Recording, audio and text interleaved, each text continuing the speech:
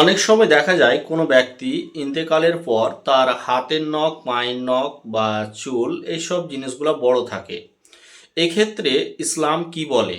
আপনি কি তাকে কবর দেওয়ার আগে সেই মৃত ব্যক্তির কি এগুলো কাটতে পারবেন? নখ বড় থাকলে তা কেটে দেওয়া যাবে কিনা?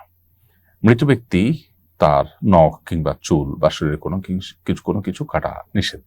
যদি একান্ত প্রয়োজন দেখা দেয় যেটা কাটা ছাড়া উপায় নেই বা কাটতে হচ্ছে বাধ্য হয়ে, তাহলে সেটা কেটে কাফনের কাপড়ে তার সাথে এটা কবরে দাফন করে দিতে হবে। সাধারণ অবস্থাতে তার কোনো কিছু কাটা উচিত নয়। একটা মানুষ মরণাপন্ন যখন থাকেন মৃত্যুর আগে, তখন তার নখ বা কোনো কিছু কাটাতে লাগলে সেগুলা কেটে দিতে হবে। কিন্তু তিনি মৃত্যুবরণ করার পর তার শরীরের কোনো কিছু আর কাটা ছেঁড়া করা শরীয়ত দৃষ্টিকোণ থেকে জায়েজ নয়। অতএব আমাদের দেশে যে পোস্টমর্টেম হয়ে থাকে, এটিও শরীয়ত দৃষ্টিকোণ থেকে নাজায়েজ একটি কাজ। পৃথিবীর বহু দেশ এখন পোস্টমর্টেম যে উদ্দেশ্যে করা হয় সেটিকে অন্যভাবে পারপাস সার্ভ করে ফেলে এবং পোস্টমর্টেমের এই জায়গা থেকে পৃথিবীর অনেক দেশই বেরিয়ে গেছে, আমাদেরও বের হয়ে যাওয়া দরকার।